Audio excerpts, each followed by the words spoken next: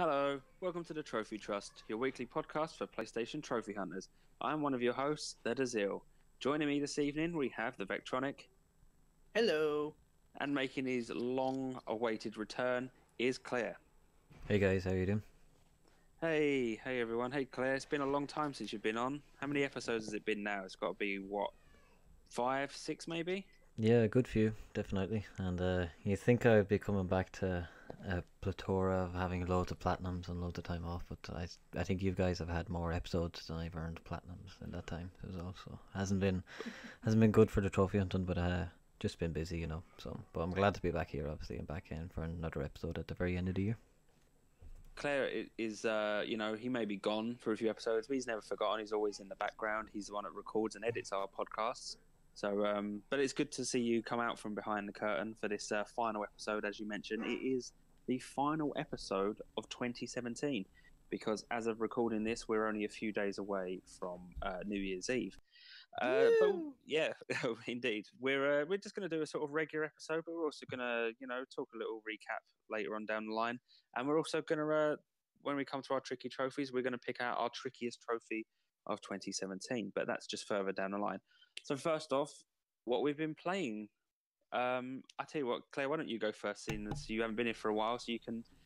I'm sure you've got a long list of games you can talk about. Yeah, well, like I said, I have been doing a lot of different things. I remember the last time, because I wanted to appear in some of these episodes that were coming up, but I wasn't able to just because of the schedule at the time. But me and Shingo he was playing Dark Souls 3, and I already have the platinum, so I was just kind of guiding him through it, and it really made me kind of want to play Dark Souls again. So I just whipped out the PlayStation 3 and I went back and I did the very first Dark Souls, and I was really happy I got that done and all that. And it took. It's quite jarring, isn't it, going from PS4 back to PS3 sometimes in regards to like UI and how slow it is in comparison frame to what rate. Used to That's now. it. That just made frame rate was atrocious in some places in Dark Souls, but like it's just like it was still fantastic though. Like obviously I really loved those games, and I was so happy I went back and actually did it. And then that kind of correlated around the same time where we opened up like the boosting section in our server, and then one of the members, Totally Crushed, is able to walk you through some of the other stuff, like because he has the weapons. So I've already did. Thank you, by the way. Yeah, Vec did it as well. So basically I have the Demon Souls Platinum on EU because I'm from the EU, and I did it all offline myself. Like I did all the weapons and all the rare stuff and everything. It was a chore. But then there's, for those who don't know, Demon Souls has 3 different platinums from the 3 different regions. So Totally Crushed has all the drops from all the regions. So I figured if I did it once myself, I'm okay with just getting somebody else to drop it for me the other times. So they dropped it for me in the North American version. And currently, for Christmas, I bought myself the Japanese version of the game. So I'm going to be able to get every single demons or every single Souls platinum. So like that is possible to get. So there's 8 platinums, and I have 7 at the moment here. So because I went back and I did Dark Souls 2 on PlayStation 3 as well. I just got like a bug, and I just decided, right, I'm gonna go back on PlayStation 3 and finish all the Dark Souls. So I've been doing all that. Those Souls, excuse me, all them Souls platinums can sit next to all of your Witcher platinums, aren't they? Yeah, I do. I like series platinums. There's no Witcher 1 or Witcher 2, but like I used to have all the Uncharted ones. I still have to do the Lost Legacy. I haven't yet played it. I do have all the God of Wars as well, and there's a few other ones where I think I'm gonna go back and do. I think I have all the Ratchet and Clanks as well. So like that's 9 platinums I think in the entire series. So I really enjoy being able to say that. But I kind of went one step further with the Souls thing because I've gotten the Demon Souls hopefully 3 times across 3 different regions. So it's like every single Souls game trophy that's possible to earn I will have gotten. Pretty impressive. Yeah, there's only one. I have to say. There's only one more to go. I've already done Demon Souls twice, EU, North American, and then I've done Dark Souls 2 on PlayStation 3, Dark Souls 2 on PlayStation 4. I've done Dark Souls 3 and Bloodborne. So I only have the Japanese Do you mix version. it up between versions? Like, do you always play the same kind of character or same kind of weapons? Or Yeah, do you to be honest, well, no, I kind of evolved over time. Like in all games that I would play, I would be a very lightweight melee character who would just want to be as fast as possible, dodge fast as possible, and then try to slash as fast as possible, you know, because some people like going heavy tanks and stuff like that. I don't really like that. And the style of combat, like Vec is obviously play Souls games, so he knows that like there's so much that you can master in Dark Souls. I never did magic or anything like that at the start. When I did Bloodborne, the first Dark Souls 2 the first time and all that, I never did magic. It was pure melee. But towards the end of all my Souls playing, I actually did kind of migrate over to magic, and I found out it's really, really good if you put all your points into Fate and you're going around just fucking lightning bolts at people, you know what I mean? You can devastate bosses sometimes. But that only kind of works on the PlayStation 3 versions, or the older versions, because they're very nerfed on the later versions. But yeah, I did mix it up. Like I said, I use a lot more magic, I think, and once I grew more accustomed to the series, because they're just so in depth, if you understand. Like they are, every game is the same, but it's the same mechanics, if you understand. If you just learn those mechanics, then you'll be alright with the game. But it probably is my favorite series now of all time, so I'll be looking forward to finally hopefully being on a podcast and then saying that I have done that Japanese version. I'll definitely need to do it before the servers close on the 28th. So but I should get the game within a week, so I might get it done sometime in January. Cool. Yeah, yeah. Other than that, I've just been playing Neverwinter, and that's been terribly long journey. I'm really, really at the end of wanting to have it done. You know what I mean? I've already put in about 120 hours maybe into it, so Jeez. Yeah, I really want it done. It's at the MMO game that everyone's playing right now on the server. Yeah, me, Void roped me into it. I didn't need another 120 hour fucking free to play. Thanks, Void. Yeah, like my backlog is of paid games. It's just sitting there, and here I am playing this free to play fucking thing for like 100 Yeah, this hours. is why I don't play like MMOs, because I will definitely get synced like a lot of time into it. Yeah, I'm near the end of it now. But it's just there's one trophy that's you have to kill 1,000 dragons. The worst thing about it is that like literally 90% of the different types of dragons in the game don't count as fucking dragons for the counter thing. Like, so there's only like one or two specific dragons that actually do make the counter go up, and then they're only in this one instant that you have to farm for like 8 hours to kill 1,000 of them, basically. So that's the last thing I have to do. Just sit down somewhere and just farm 2 dragons over and over for like 8 hours. Yeah. I remember talking about this with Void. I suggested why not just the developers make a new area so that the grind doesn't feel like that big. So that'd be great if they did that, because well, I always do, like I think any good trophy hunter does, is they mixes the grind with some other interests as well. Like, so for last night, I actually sat down and watched the entire Blade Runner, the new Blade Runner movie on my iPad while I also did that, you know. So it was pretty fantastic actually to be able to do two things at once and get, yeah, it's a fantastic movie, fucking amazing. So was, but I find that I catch up with like all of, if I go like quite like a few weeks without listening to any podcasts or anything, and if I'll generally kind of like try and save podcasts for a time when I'm playing a game that requires a lot of grinding, even though I'll be like a few weeks behind on what maybe they're talking about. But you know, it's always good to have something like that. Like if you listen to music, listen to podcasts, or even like what you did, Claire, like you could put aside your iPad or what have you and watch even like watch a TV series. Like that's what I find I do sometimes with like remote play on PS Vita. Like if I'm playing something where I don't really need my full attention on it, so to speak, I'll take it elsewhere. Like go elsewhere in my house and watch something, watch TV or watch a movie, and I'll have the Vita on the side, just sort of ticking away while you know, doing something else. Because I mean, games are entertainment, but there's some parts of it which can be like a chore. So you when know, I have to press a button over and over and over and over again, and my brain is just dead, I'd rather just listen to something else in the background while I do so. Yeah, absolutely.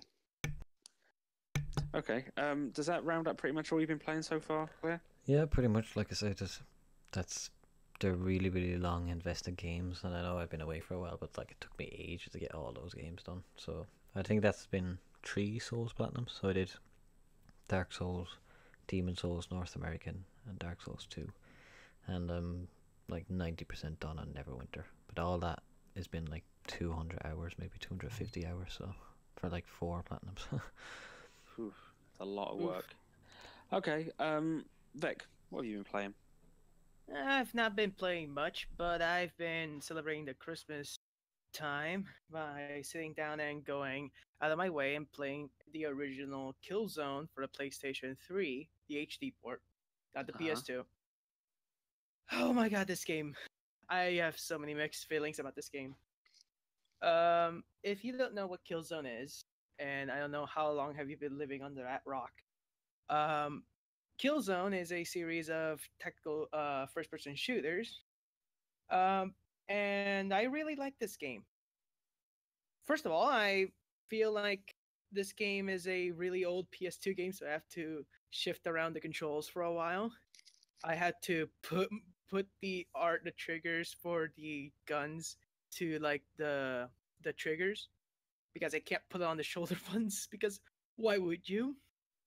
And Well, that's what. Sorry to interrupt, but that's what. Like a lot of like PS2, even some early PS3 era games. Actually, no, quite a lot of PS3 era games did that with first-person shooters. That the shoulder buttons were aim and fire rather than the actual Correct. Yeah, L1. rear all of them. triggers.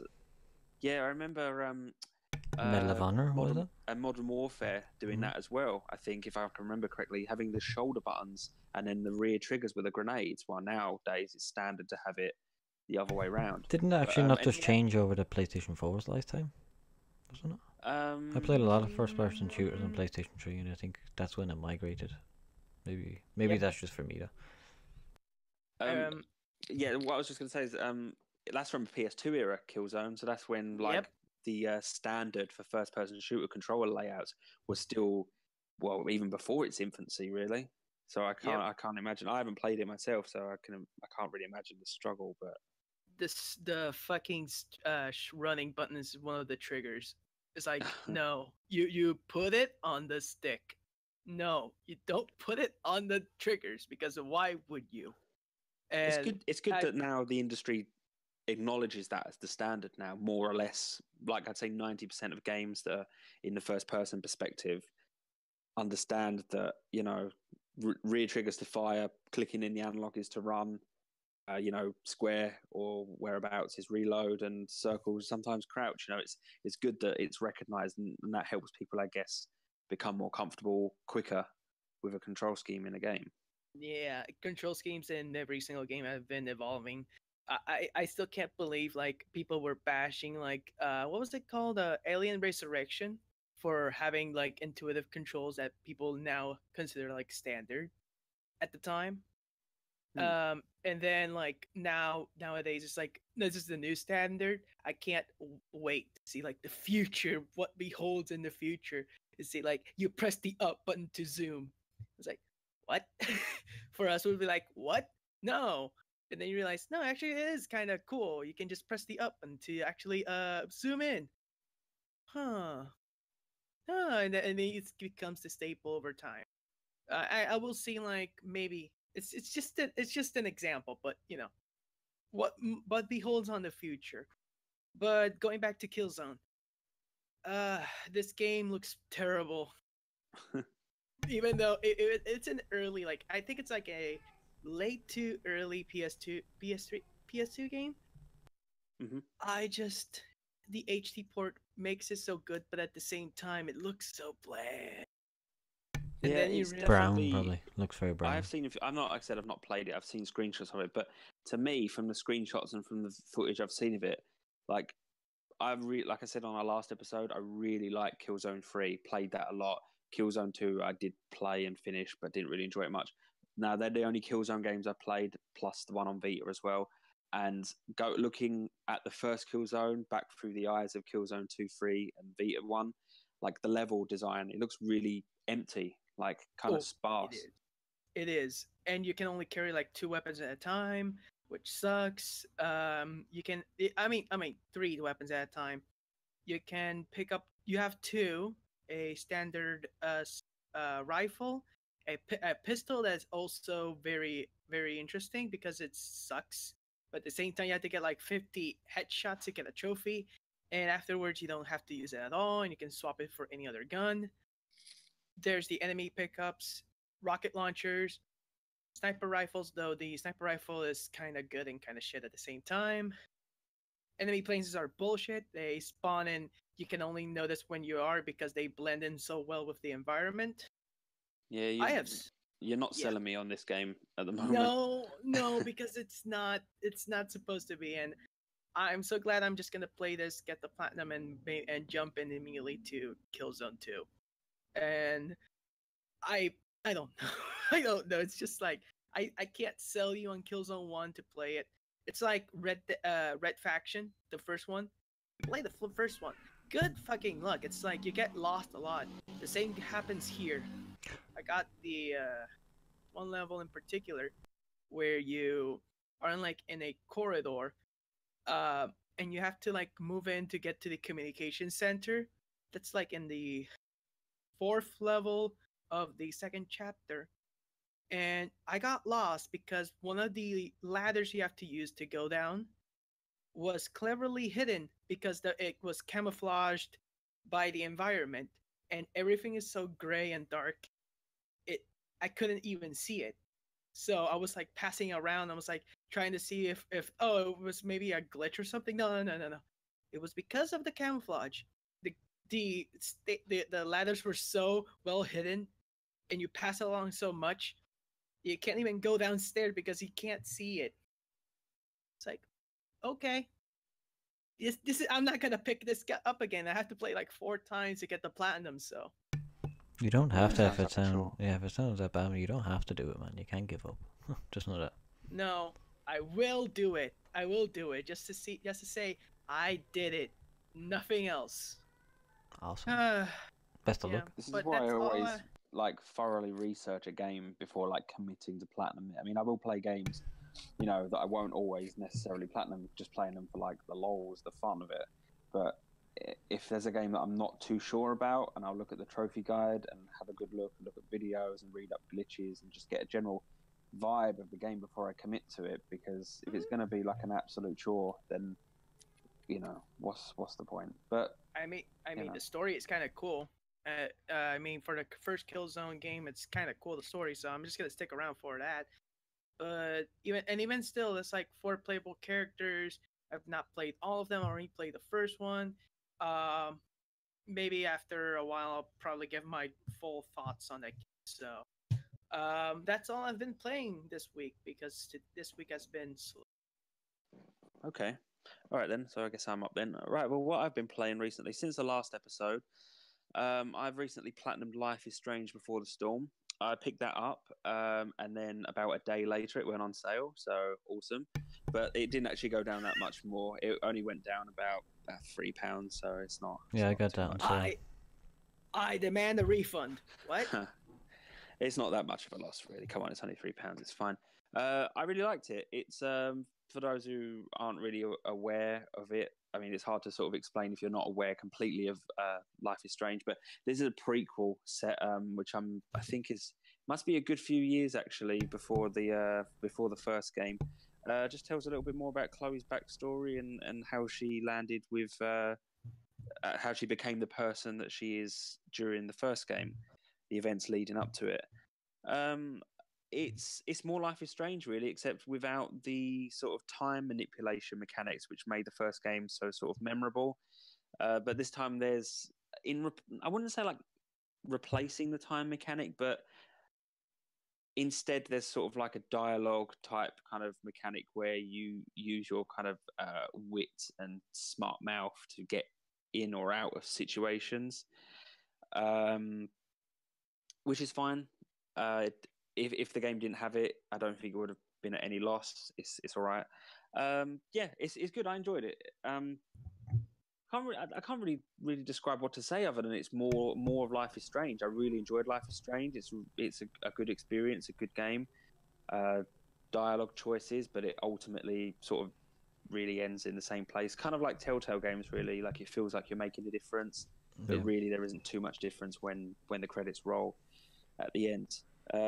And like Telltale games, easy platinum trophy. We discussed this many episodes ago about them separating a trophy out of the main trophy list.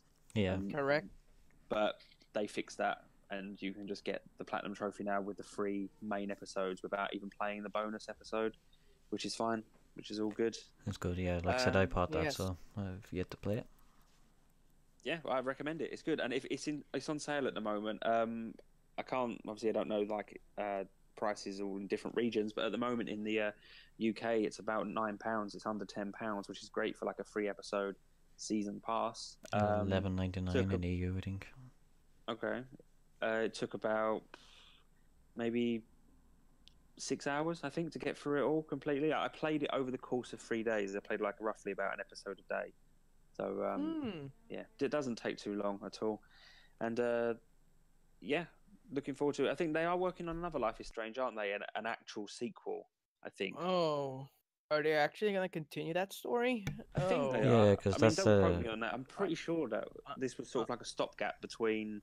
This is a bit done by a different developer, not the developer who did Life is Strange. Yeah, anyway, the so. one that did the original is Don't Nod, which is the developer of the original Life is Strange. Yeah. This one is done by a different one. Oh, thank you. That reminds me as well. That just jogged my memory. The thing that stood out the most about this is the different voice actors in this game. This was a direct result of the actors' sort of a union strike that was going on. Correct. And while the main character Chloe is played by a different voice actress, she's fine. Okay, I couldn't really notice a difference unless it's been a while since I played the first Life is Strange, so I didn't really hear the difference. I wasn't really looking out for it anyway. But if you played it side by side, yeah, probably could pick it out. But the ones that were most noticeable was the supporting cast. Some of the supporting cast in this game are just so flat, it's really off-putting. There's a particular person's parents in this game who are just like deadpan all the way through it, and it's really jarring. And also, David, Chloe's mom's boyfriend, is played, which I assuming is a different actor because I haven't looked it up. I'm assuming it is because I don't remember David being so dull. Like his voice was just so flat in this game. It's like no emotion at all. I know he was a bit of an arse in the last game, or in the first game. But yeah, it just don't know. That's the only thing I can really criticize the game on. It's just the voice acting. Just really kind of fell flat in some scenes when they're trying to. There's a scene, no spoilers, where a character is sort of giving a detailed emotional backstory, and yeah, it just sounds like it's being read just straight off the page, and it's crap, in my opinion. So yeah, that's the only thing I can think of that's bad with the game. It's just the performance. But other than that, I do recommend it. And if you played the last Life is Strange and you haven't got it yet, definitely jump on it while it's on sale. Next game I played is South Park Fractured But Whole. I finished that yesterday and platinumed it. Really, really enjoyed it. I really enjoyed Stick of Truth, and I personally think that Fractured But Whole is better because I really like the expanded, refined battle system.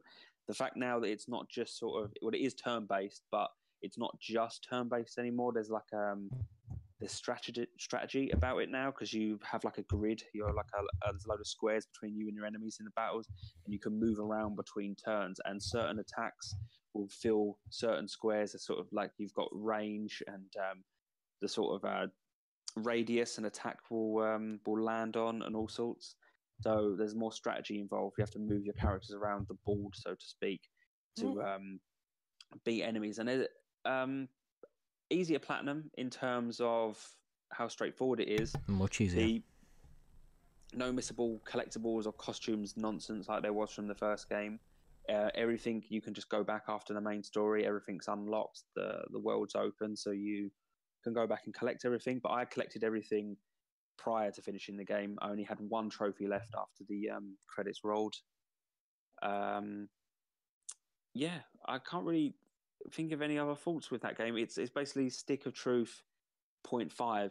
Like it took all the things that were wrong with Stick of Truth, or things that weren't great, and improved them. Not necessarily greatly. Just touching on the platinum again, like I said, it was easier in terms of straightforwardness, but you have to beat the game on its hardest mode, which really isn't that hard, but some of the last battles in the game can be particularly tricky. There's one, no spoilers because I don't want to spoil the impact, but there's one where you have to fight. How do I reference this to you, Claire, without spoiling it? Basically, there's multiple enemies Yeah, I know. on both sides. That was a And you have to terrible keep. fight because you can't go back. That's past the point of no return. And Yeah, if you that's don't true. have items, it's like to heal and stuff like that. I found that battle really, really tough. It was like that was the only battle. Maybe one of the other bosses gave me a bit of hassle for a little bit, but that was The the items, battle that really took it out of yeah, me. the items weren't the issue for me. It was just trying to find the strategy that you have to keep basically one side of the battle away from you while you take care of the other side. I was just trying to kind of like focus all of my efforts on one side at a time, and you end up getting surrounded and killed like pretty quickly. But that battle, that particular battle that we're talking about now, that took me about 40 minutes. But I really liked it though. I really liked how long the battle was. It kind of made it feel really epic. And then the battle that's straight after that as well was not as tricky, but still pretty cool as well. But yeah, a really good game. Um, yeah, that's all I really have to say about it. I know I'm like stumbling with my words right now, which I apologize for, Yeah. but I'm really scratching my head, like trying to think like there's nothing really wrong with it. I really enjoyed it, other than a few audio glitches. It is a really good game, Yeah, really good game. it's very good. I'm not. I preferred Stick of Truth now, but I still really enjoyed it. What is it that Yeah. you preferred about Stick of Truth over this one? Probably just the story I thought was funnier. I think if like the Stick of Truth had like the game mechanics of the Fractured Butthole, it would be the ultimate game if you understand. Hmm. But I don't know. I laughed every fucking second of when I played the Stick of Truth on both PlayStation 3 and PlayStation 4. But like I didn't even feel I laughed that much on the Fractured Butthole. I don't know why.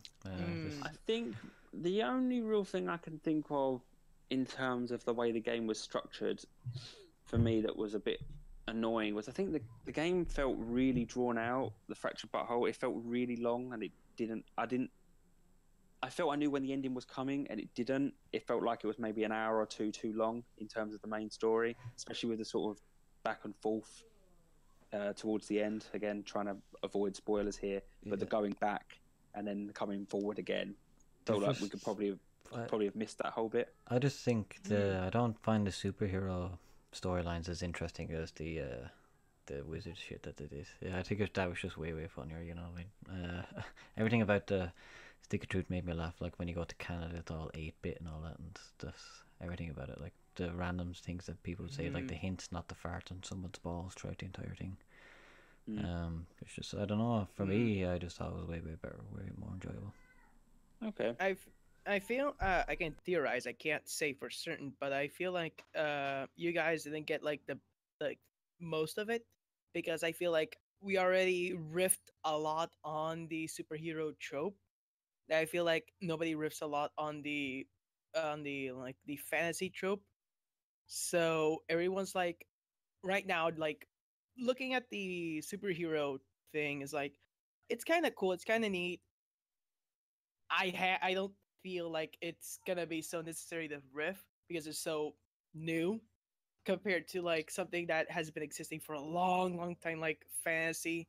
Because you can riff it on because it doesn't stick with just Game of Thrones references. It also goes way back.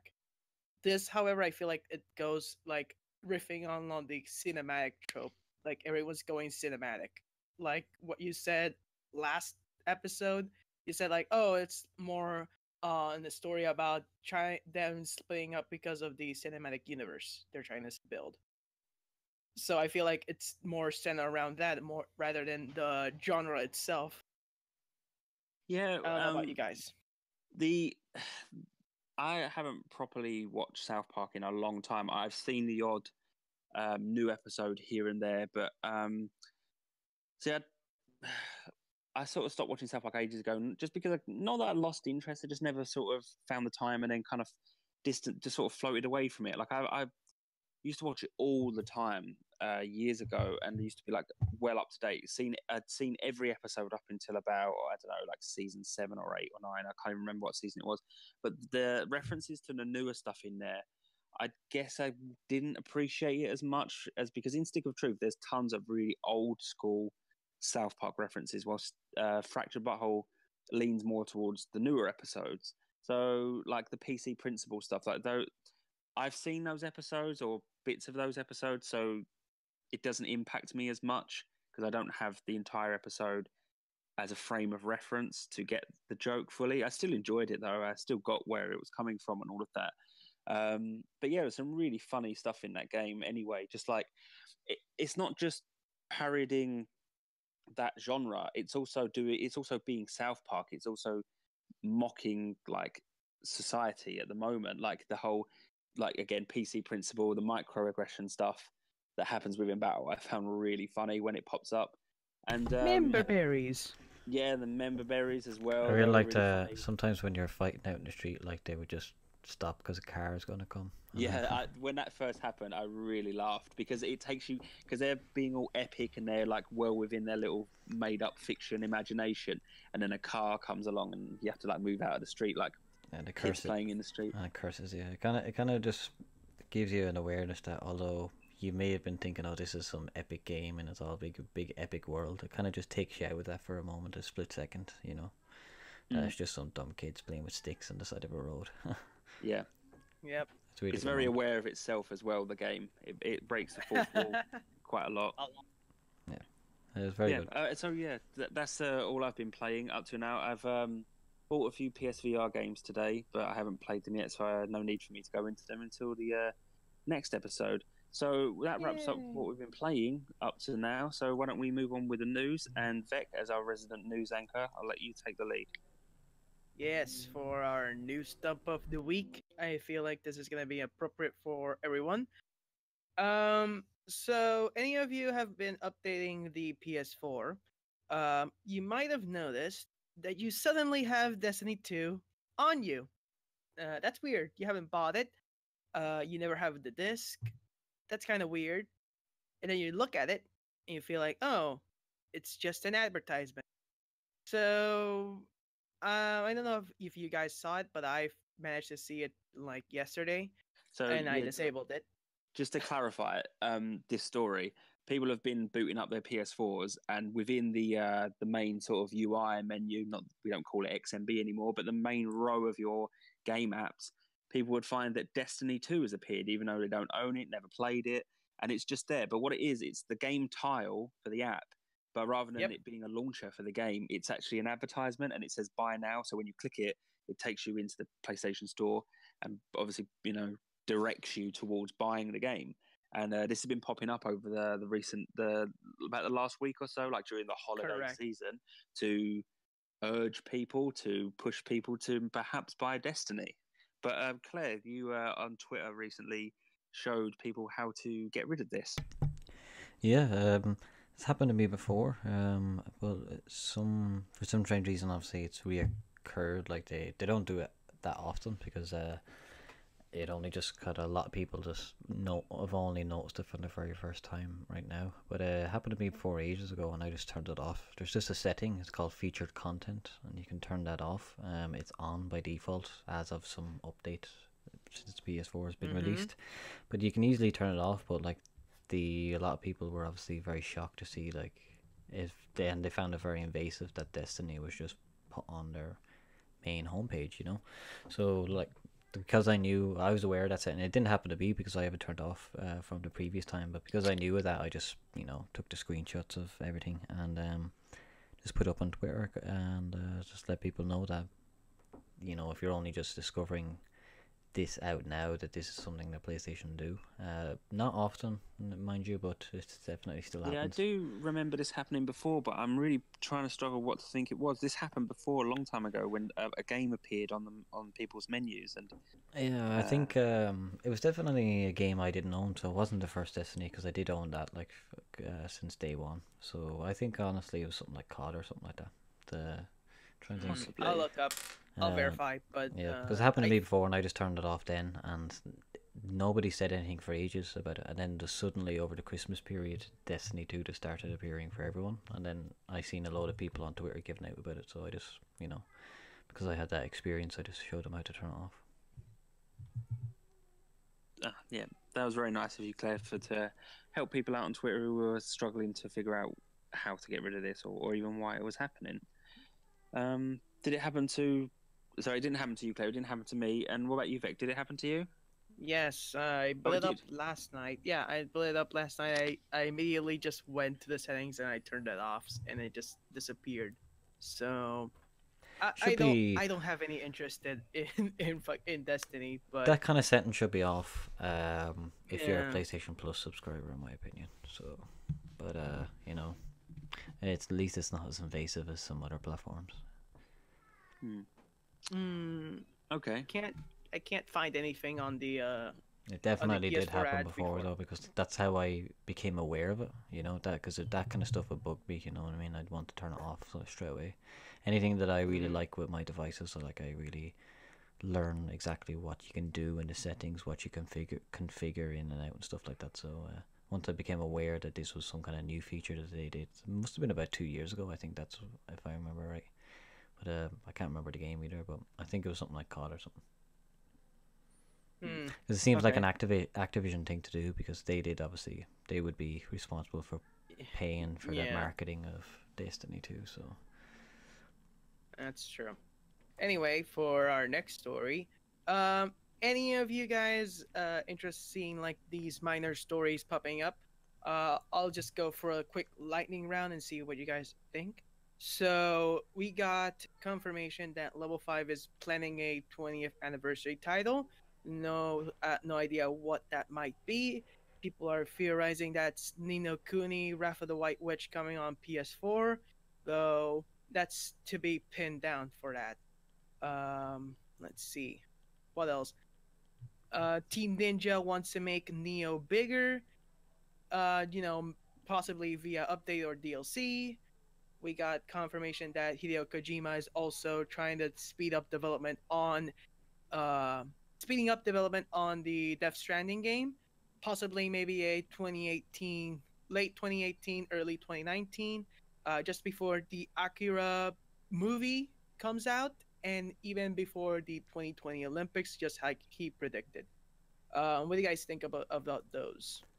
Well, I saw a quote from an article earlier this week about a comment about the speed of development of Death Stranding. It seems to be coming on surprisingly a lot quicker than Sony had anticipated. It seems, which I Yep. suppose is a good thing. Could also be seen as a bad thing because I'm not implying that development is rushed, but quick development sometimes doesn't always lead to great games. But then again, look who we've got Hideo Kojima developing it, so I don't really have a doubt in the game's quality. I mean, he assembled a team of uh, of people from his like previous team as well as like new people as well, and yeah, he's a lot he went on that freer to little choose though. So I think he has the yeah, like freedom to of handpick choice, his and team. he obviously not only does he have the freedom of choice to handpick his team, it seems like he has the freedom of choice to create at his own pace and his own level. And it looks like Sony are just a bit surprised that he's created as much groundwork as possible. But like, don't rush this, man. No ways. And Hideo, you if you're listening, take some time yourself, mate. Right? Like to make Uh, that game as good as possible. I don't want it released next year. I don't want the 28 Death Stranding. You know what I mean? I actually think it's going to be a mm. PlayStation 5 exclusive. Well, not no, not an exclusive. Sorry, it's going to be a PlayStation 5 launch. Honestly, that game will be cross-platform. So No, I feel like this game will not be what was it? Last Guardian treatment.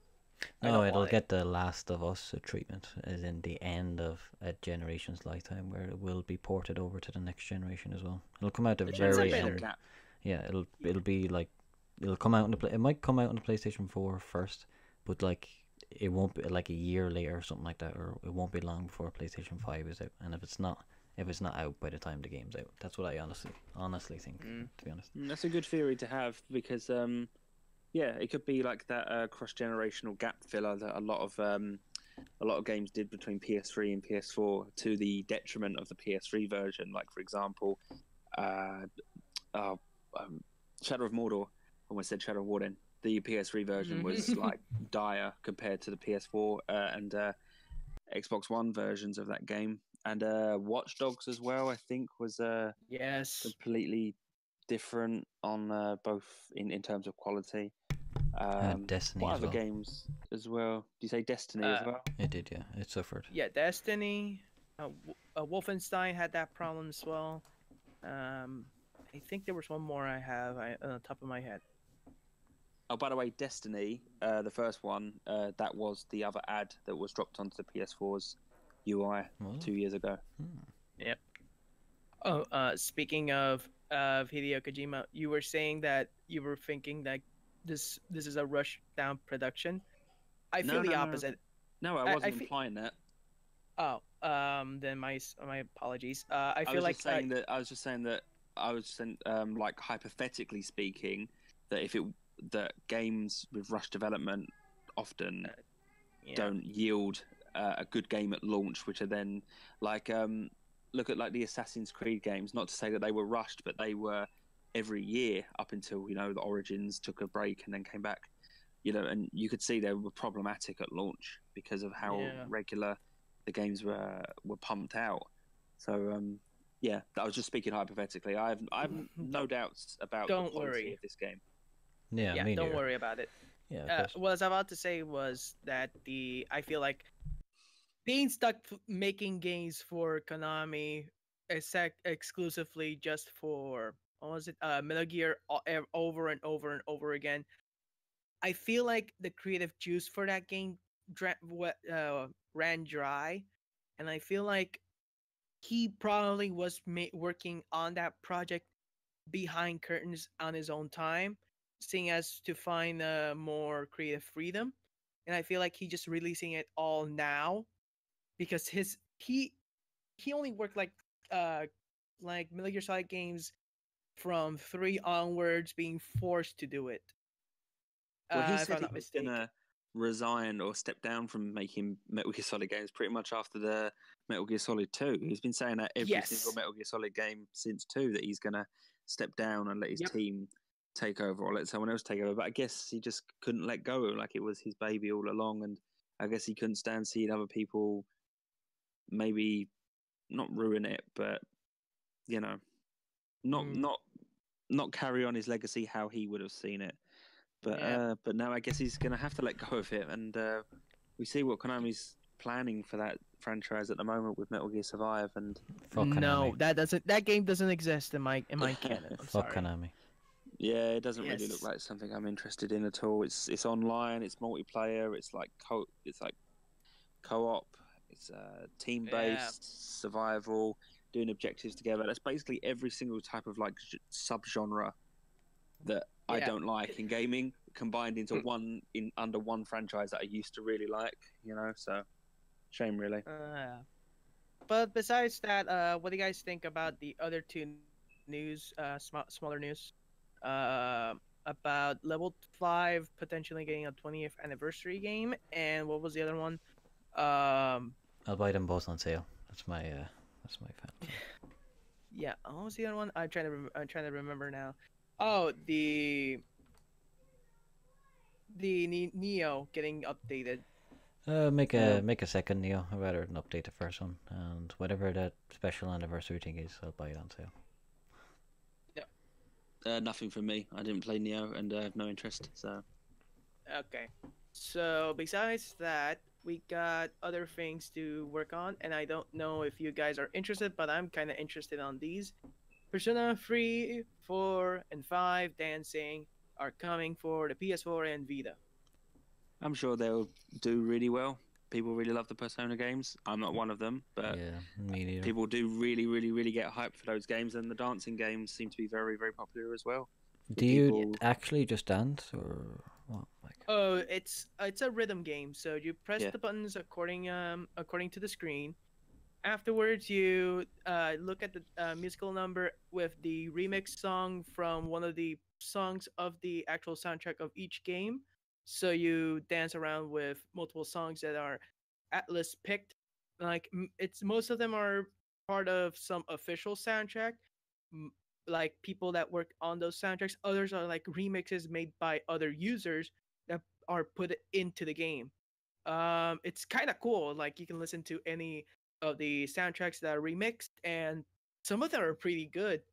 I remember Persona 4 Dancing having a lot of songs that are far better than the actual ones from the original score. So you may never know. Personally, I'm excited for this just because of the soundtrack, I'll probably play more Persona 5 dancing than Persona 3 dancing, even though that I like the 3 more. Sounds So like I don't. sounds like something that Persona fans would play, not something that I would pick up as somebody who's never been into it before. Easy platinums too. What the hell was that? They're easy platinums too. Meh. No, No, I'm sorry. I can't. Right. I can't sit through something I have no interest in. I've tried it before. I told you I tried one of those visual novels. I had no easy platinum, but I had no interest at all. In the end, I was just tapping X just to. I wasn't even looking at the Vita screen. I was just tapping X just to get through it, and I hated every second of it. So I'd never again. Easy platinum or not, just not for me. And I mean that as an example of a game that I'm not interested in having to like endure for a platinum. Same goes for the dancing games or any of the Persona games. I'm sure they're fine. People love them. They look good. They look great. Whatever. Huge fan base, but really not for me. And I'm not going to try and force it on myself. So Yeah. more power to you if you like them games, but not for me. Unfortunately. Yeah, I don't think I'm probably ever gonna play them either. To be honest, they don't seem too interesting to me. That's just me though. Okay. Okay, so moving on, we got more Kingdom Hearts 3 screenshots on the Monsters Incorporated world. Now, we talked about this not last episode, like previous episodes on the month of December. We talked about 2 screenshots in particular. Now we got more of this leak, so I'm not sure what to think about this. What about you, Claire? Um, we don't even know if they're legit. If even they probably definitely are because it looks like legit. You know what I mean? But to be honest, I'm a little bit disappointed because unless they've got a lot in store and a lot of worlds, I thought we would see a lot more new characters, not older kind of stuff. It's not the most interesting Disney world I would have picked, so I would hope that they have like lots of worlds wrapped out. You know what I mean? So I would be more excited if they leak something like Star Wars or a Marvel based something. You know what I mean? I don't think I feel what you I know what you feel about these not having more recent properties like Marvel or Star Wars in those. But at the same time, I feel like maybe you should stretch the arm a bit with maybe a more Pixar oriented levels. I know that the Toy Story one was one of the levels being in this game. Personally, I'm actually excited to see more of these types of levels because it gives out more impact to people who watched that when it came out. I personally grew up with Toy Story, so I'm excited to go and jump into that game just to play that level because it's fun. Yeah. But I don't know about you. It's definitely going to resonate with people who, like for example, like a Toy Story level and Monsters Inc. level, for example. Those type of levels are definitely going to resonate with the people who grew up playing the Toy Story games on PS2 and the Monsters Inc. games on PS2, and so on and so forth. So there's always that aspect to it as well. People that like the Disney movies are obviously would have bought or perhaps bought Disney games in the past. That's also something that's going to draw them in, as well as it being Kingdom Hearts to begin with. You've just got the draw of Disney. Disney IPs anyway. So something like Toy Story, where it's like quite a rich world anyway, and Monsters Inc. as well is. I'm sure it'll be fascinating to explore the possibilities behind all those doors in the Monsters Incorporated factory. Yeah, I'm really looking forward to the game. Like I have been since PlayStation 2. Yeah. And no, they have not fixed the actual thing about New Zealand in the map, so we don't know much about that yet. So hopefully we do. But at the same time, that's all the thoughts you guys got. Before we move on to the next story. Sure. Yeah. Okay, so any of you guys played Legacy of Kain before? I haven't played the old Legacy of Kain's games, but I'm a really big fan of the Legacy of Kain Soul Reaver and Soul Reaver 2 back on PS1 and PS2 respectively. Really like those games, especially the second one on PS2. Man, I really, really, really like that game. And when I heard that they were going to do a HD remaster of it, but decided to not do it, they cancelled it, and they wanted to make they decided to put their resources into making that Nosgoth, that online Yep. thing instead. That was that Yeah. saddened me that day, because I would have definitely bought a HD remaster of Legacy of Kain Soul Reaver 2, because that game was awesome. What about you, Claire? Never played them. Oh.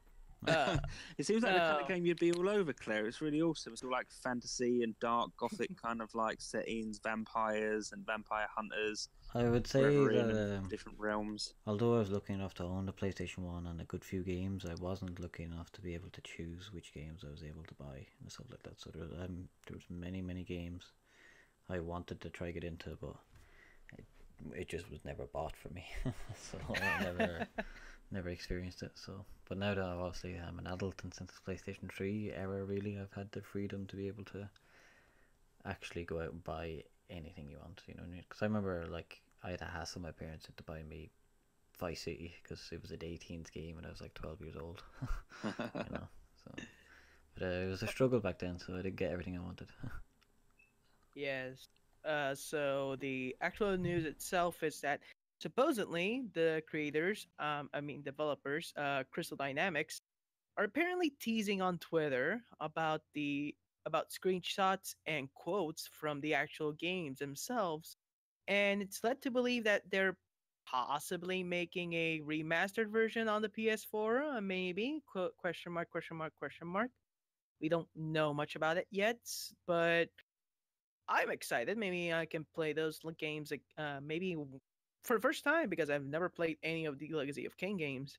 I've always been tempted, but never enough to actually go out of my way to play them. What Well, about you, Daz? there was a few years ago, it sort of surfaced that they were working on a new Legacy of Kain game. I think it was called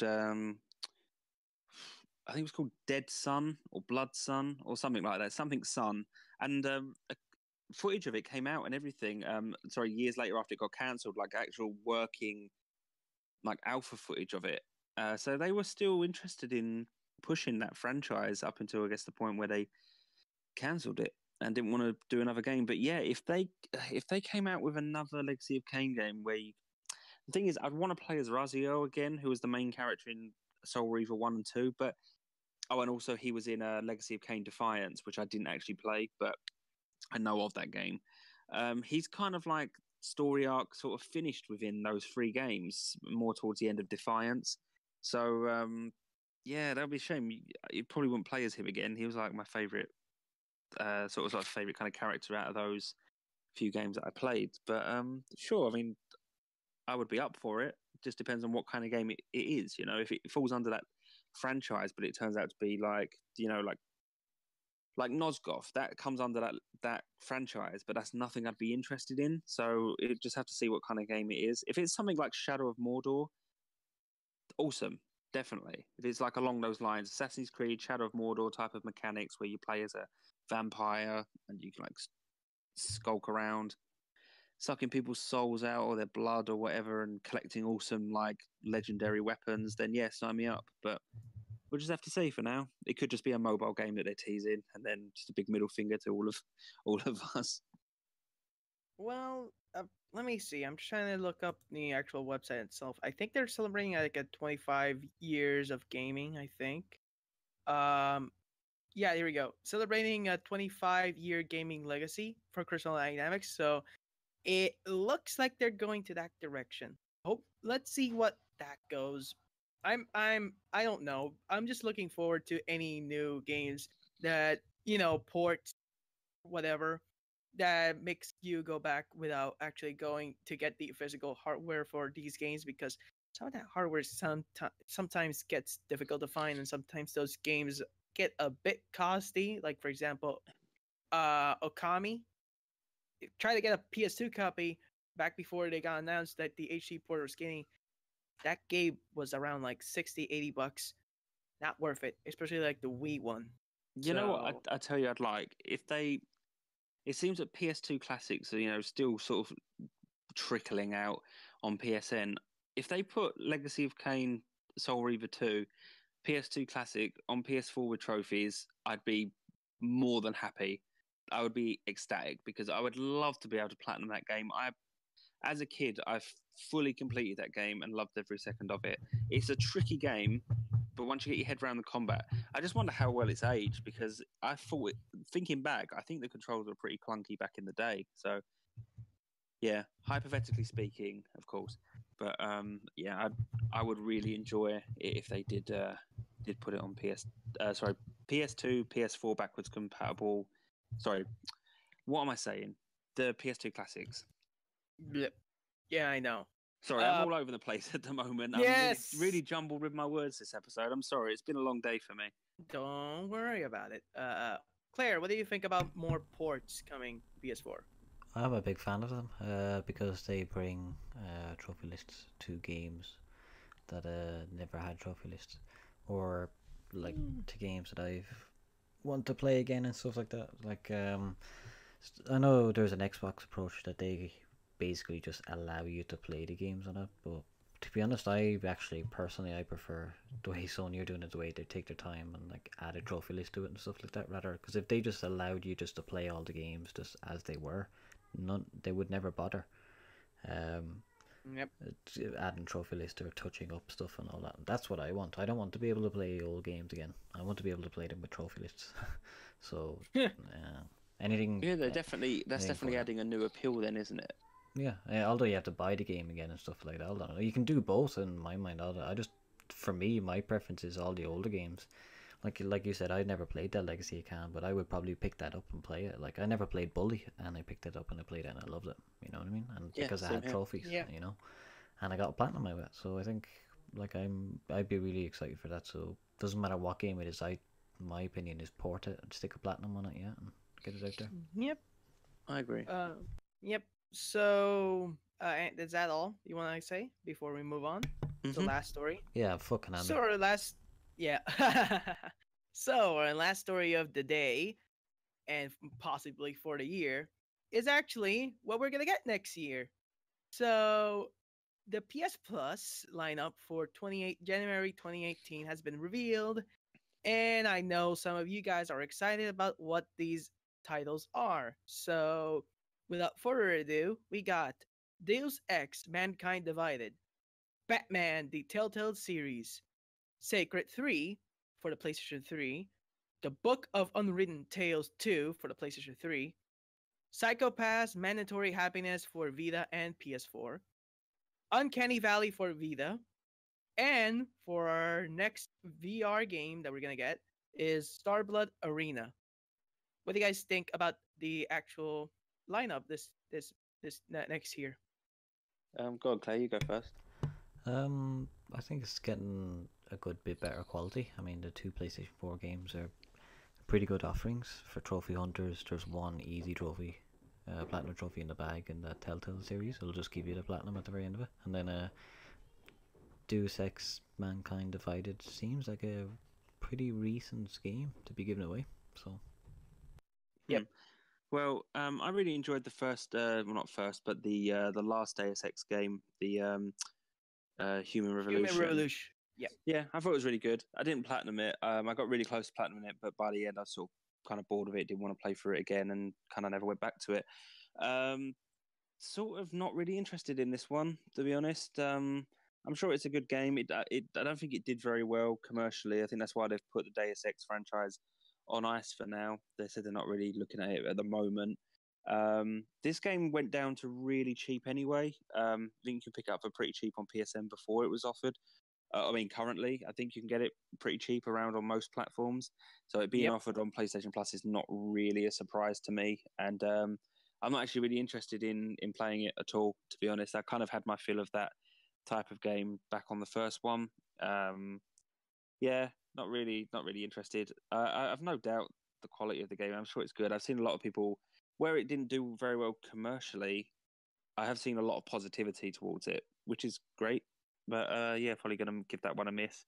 Batman Telltale, the first series, already have that and platinumed it anyway on both PS3 and PS4. If you haven't played it or don't really care much of Telltale games, well, it's an easy platinum anyway, so Yeah. you can just enjoy it if you hate it that much. But to be honest, it's not even that bad. It's just an interactive story like any of the Telltale games with like interactions that make you feel like you're making Yeah. a difference, but ultimately always ends in the same place. Probably about Yeah. like 4 hours, maybe 5 hours at absolute most, depending on sort of like if you don't mess up any of the QTEs and get game overs. I say game overs, but having to replay checkpoints. Yes, I was about to say it's like you never get a game over in Telltale games. They're mostly like you just repeat the same sequence again and again until you actually pass. So pretty much. And um, as for the other games you mentioned, I haven't heard of the thing on PS3 or the game on PS4. And as for the PSVR games, the sort of like bonus games that they've been offering in the last couple of months, for example, like That to You a few months ago was like a bonus game. We got Rush of Blood was the bonus sort of VR game, and now it's Starblood Arena. I just claim them and just chuck them in my, not in my backlog, but just chuck them in my library just in case one day I might even get a fleeting interest in trying them, but not something I'm going to line up in my main sort of list of games and play. yeah, for me at least, the lineup for the PS3 and Vita are looking interesting because firstly, the Vita one is also cross-buy with the PS4, so you can actually play on the PS4. So it's Psycho-Pass Mandatory Happiness. And I know you mentioned this before, and I know you don't like visual novels, but this is actually a really good one. So basically, the premise is that it's you are living in an authoritarian dystopian future where you basically go around people's minds are being scanned always to detect crimes before they even happen. It's a really good story. I highly recommend just getting through Psycho-Pass at least once. And if you like crime thrillers, I highly recommend this one. And it's an easy platinum too. So and it stacks. So just keep that in mind if you want to get that. Depends on how long it is, and I'm more inclined to try it if it's free. Of course, I'm not going to like actively buy a game from a genre I really don't like and tried before, and know that I don't like. But if it's free on PlayStation Plus, I'd give it a go. That's what happened when I played the last one. You know, it was free on PlayStation Plus, so I thought I'd give it a go because it was free anyway. But yeah, I didn't like it. But I'll take that on board. I'll have a look and see. But no promises. Let me see. The other ones are Uncanny Valley, which is a pixel horror game. If you, it's like more or less has a consequence system. So if you fail, you don't die. Instead, you lose like a section of an ending that you might get, which has multiple endings. And the other ones are a point and click adventure game, which is Book of Unwritten Tales 2 for the PlayStation 3, and Sacred Free, which is a hack and slash brawler set in the universe of Sacred, but is completely different from the previous games, untying its roots from its RPG origins. Besides that, we got Starblood Arena, which is a more or less a turret multiplayer game. I'm not sure if you're gonna pick that up, but nonetheless, more or less interesting lineup. It's definitely slowly getting better. I mean, there's always ups and downs as with PlayStation Plus, but as I've said before, I don't really put that much stock in the free games when it comes to my subscription of PlayStation Plus. I'm more than happy with the discounts we get on the PSN store, and yeah, I mean, if there's a game that pops up once every couple of months that I think is decent, I've not played, yeah, I'll be more than happy to download it and play it. But it's more about the discounts for me that we get and the sales and stuff. And if I rarely play online, but at least it's there when I do. So yeah, that's my perspective anyway on the situation. I know a lot of people complain about PlayStation Plus, but that's the terms of PlayStation Plus. If you play online, you got to pay for it, and those are the games, those are the offerings. If you don't like the games, don't pay for it and don't subscribe to it. But then people say, "Oh, well, how will I play online?" Well, that's it. That's the terms of it. You deal with it. You either play online and deal with the games, or don't play online and don't claim the games. Yeah, I don't think I'm gonna play any of them either. Because I've got way too many other games to be playing, and I probably would have played Batman, but I've already played it, so I don't. And the only thing that one that interests me is the Deus Ex, and I can't see myself playing that anytime soon.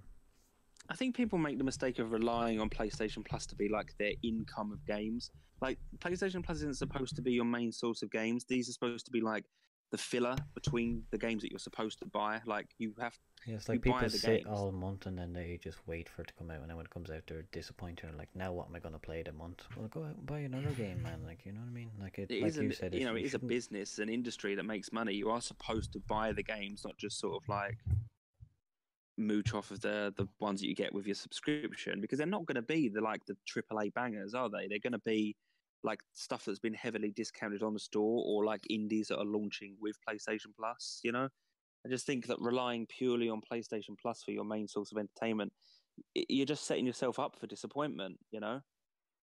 I personally feel like it's mostly like to add in more so you can actually go out your way and buy those types of consoles. Like you'll never get a Vita because you don't have much games, but now that you stockpile games on it, you'll slowly just get into the vibe and maybe go play a Vita, and you realize, oh wait, I have this whole library now. And the same goes to the PlayStation 3, PlayStation 4, and the VR now with the people now getting free PlayStation VR games. PlayStation Uh, Plus is also used to increase mindshare and increase like hype for upcoming games. Many times in the past, they have put on games on PlayStation Plus that have a sequel that is about to come out, so that way people get interested, try to introduce more people into that particular franchise. I can't think of one off the top of my head now, but in the past, Darksiders. yeah, Darksiders. That's a good example. Yeah, now I remember that. Yeah, they put Darksiders on PlayStation Plus back on PS3, and what was it like? A few months later, you had like the second one come out or be announced or something. So it's increasing the mind share and trying to pull more people into being interested in that franchise. So then hopefully they'll get more sales on the next one. So Yep. it's a clever way. It's a clever way of like marketing a franchise as well by giving away the first game. You're basically free sample, try before you buy for the next game. So The same goes. The same goes with Batman. You get the first season free, and you get the other season. You can actually go ahead and buy it.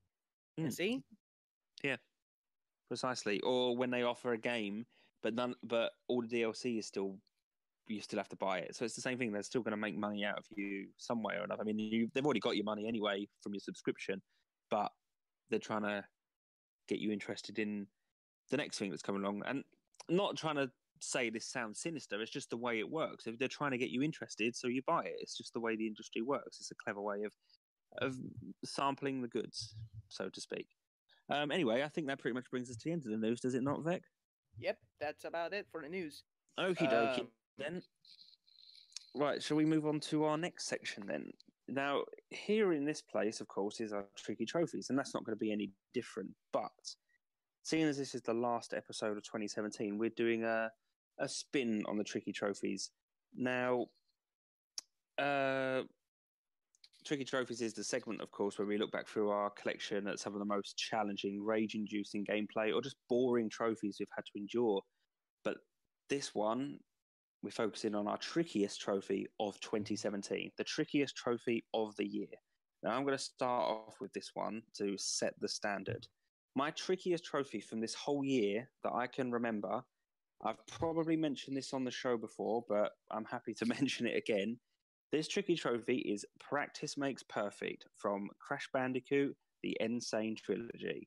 This is earn 26 relics, that's time trials, on the first game. Now, I've said before, the first game is the hardest game. Those bridge levels, Road to Nowhere, and some of the later levels towards the end of the third island are an absolute killer.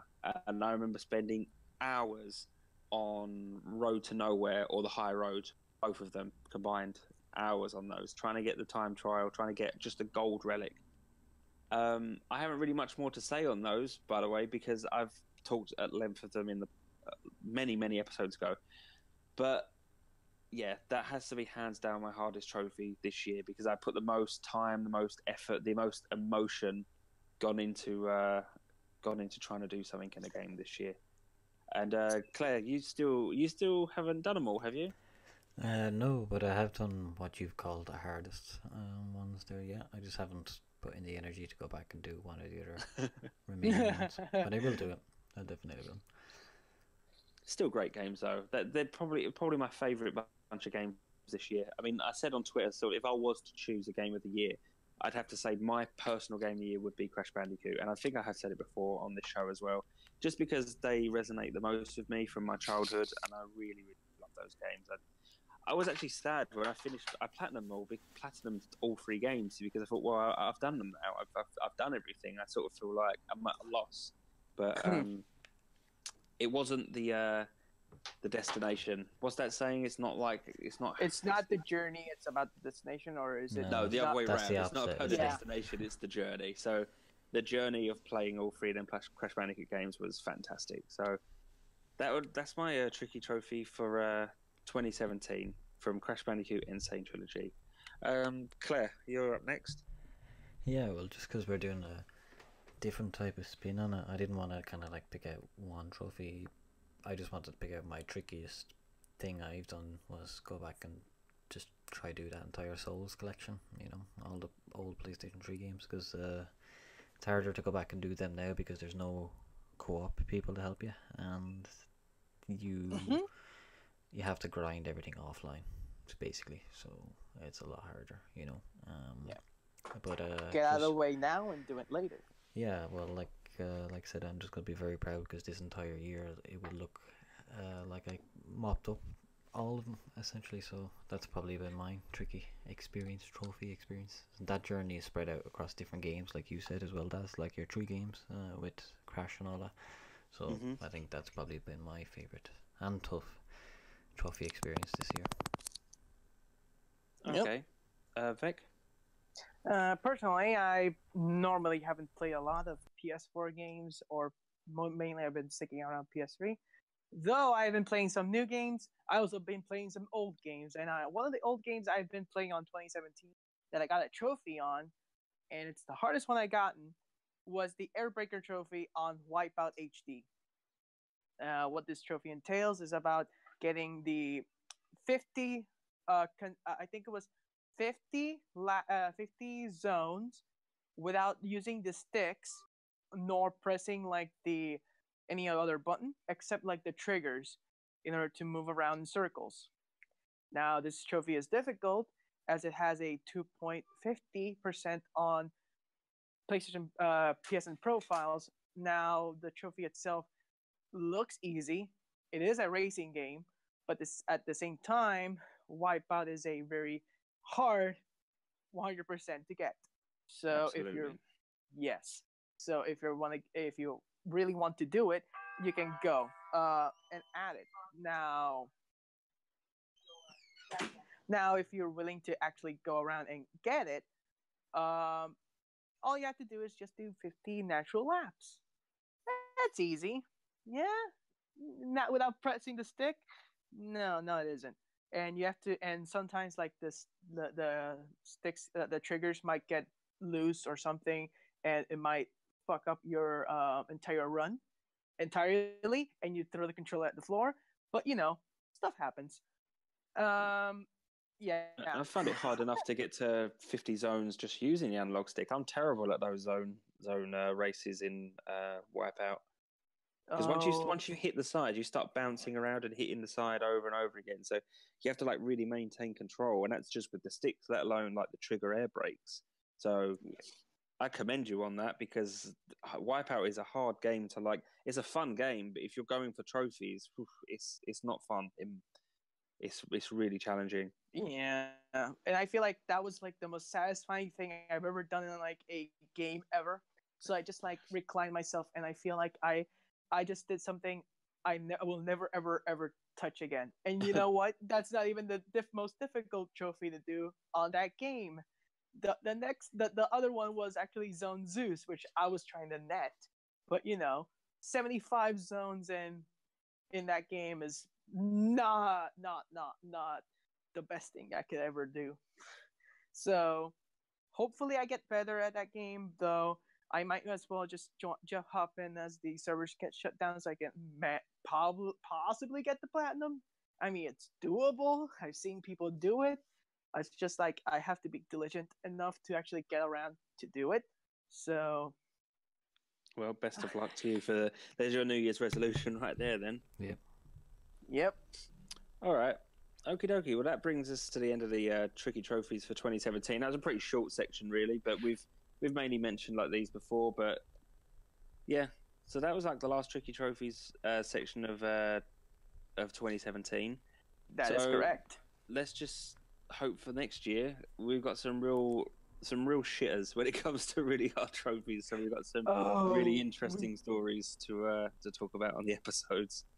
We will. I imagine there's going to be some real hard ones coming up. I mean, there's always that's the thing with trophy hunting. There's always it's a challenge sometimes. Sometimes you've got games where you just breeze through them. You just basically sit and let the game play itself, like Telltale games and all of that. Or sometimes you have like the Souls games, the Crash Bandicoot challenges. You know that with trophy hunting, there's always that element of challenge somewhere. So we'll always have plenty of anecdotes to share on the episodes as well. So that brings us to our next section. I was wondering if you guys have anything to discuss around the Discord or the leaderboard or anything. Claire, do you have anything to talk about? Well, just we're going to put up an announcement in the next few days, but a lot of people should be aware that our leaderboards are basically our leaderboards are basically resetting in 2018, and they're going to start all over again. So we'll have new winners every month. Void is creating some more leaderboards, a new rarity one.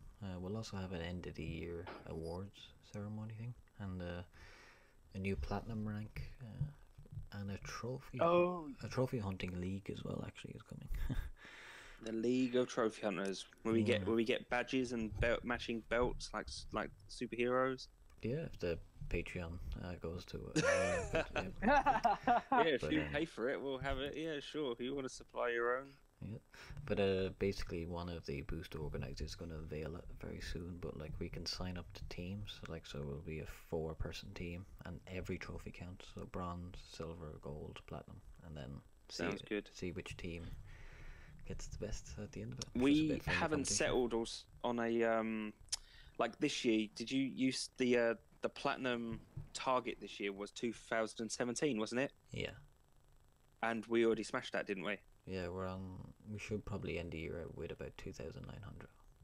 There we go then. So we have to figure out a new trophy target because we're getting platinum target because we're getting tons more people now joining the Discord, getting involved with the leaderboards, and so based on the growth of the server, we're going to have to figure out a new platinum target for 2018, and it obviously won't be the number 2018 because we're just gonna smash that way too easily. So we're gonna have to be creative and come up with something. Yeah, I have a number in mind, but I want it to feel like I'm trying to think of it as in like an actual trophy list. So if we smash the numbers, if we got 2,900 and we only wanted, and like let's say the platinum requirement in the trophy list was 2018, then we really kind of over exceeded it, you know what I mean? So that could probably be classed as like an easy platinum. So I want 2018 to be a grind for the group.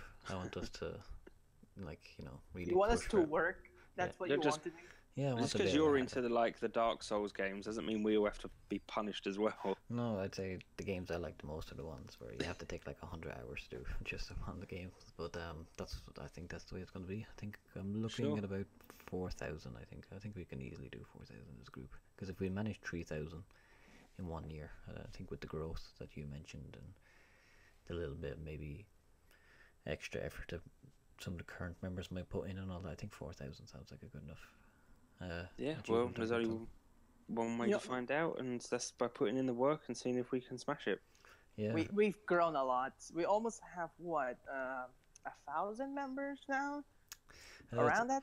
I'd say we could have easily had more than 1,000 members if we didn't purge everyone, and we're going to do another purge in 2018. I'm going to purge.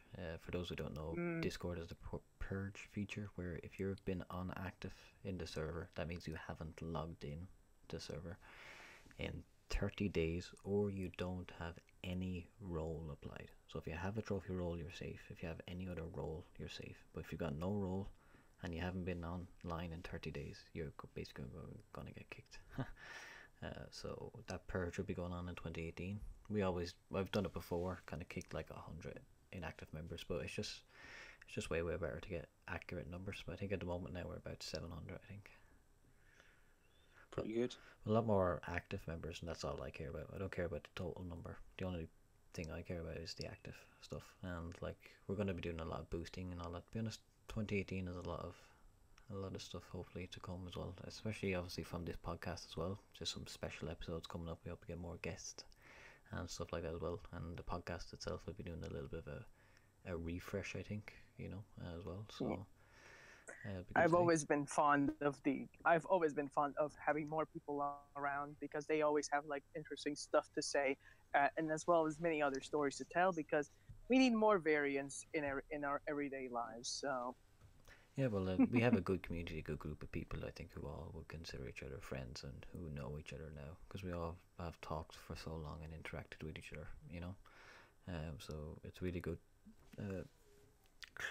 tight-knit community, I think. So I really enjoy it, and we, like, the last few days we've had loads of people pour in and stuff like that, so it's just about getting them integrated as well. And it's been a good year for our sort of community and our server and growing it, and just hope that next year it's even more. If we can basically double our efforts of what we did this year, we're well on our way to building a really nice little community of people who know each other. And of course, we have the podcast, which is basically like the head of the snake, to use that metaphor, to bring awareness of the community. And also we have said on the episodes before that people are free to come on if they want to.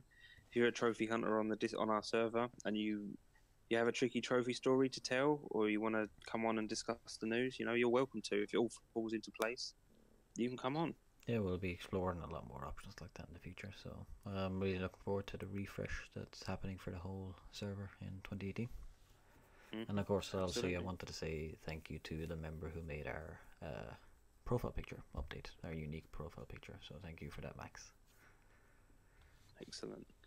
Okay, well, I think we're pretty much getting to the end of this episode now. Just want to check, is there anything else anyone wants to add before we start wrapping up? Well, I think that's about it for 2017. I'm looking forward for 2018, as not only for gaming, but for the server as well. I'm excited to meet all the new people. Yeah, just recapping what I just said a little while ago, just looking forward to more growth on the Discord, just more guests and more special episodes. We've got more plans for the format of the podcast anyway, so looking forward to getting into that. Should have some really interesting episodes coming up once we nail down the sort of fine details of it. Claire, anything you want to add? No, that's about it. Enjoy your New Year, Trophy Hunters, and we'll see you in the New Year in the server. Yep. Okay, so that's pretty much it, guys. So where can everyone find you? Vec, where can people find you? You can find me on Twitter on TheVectronic. Claire? I'm on Twitter at Claire88Gaming.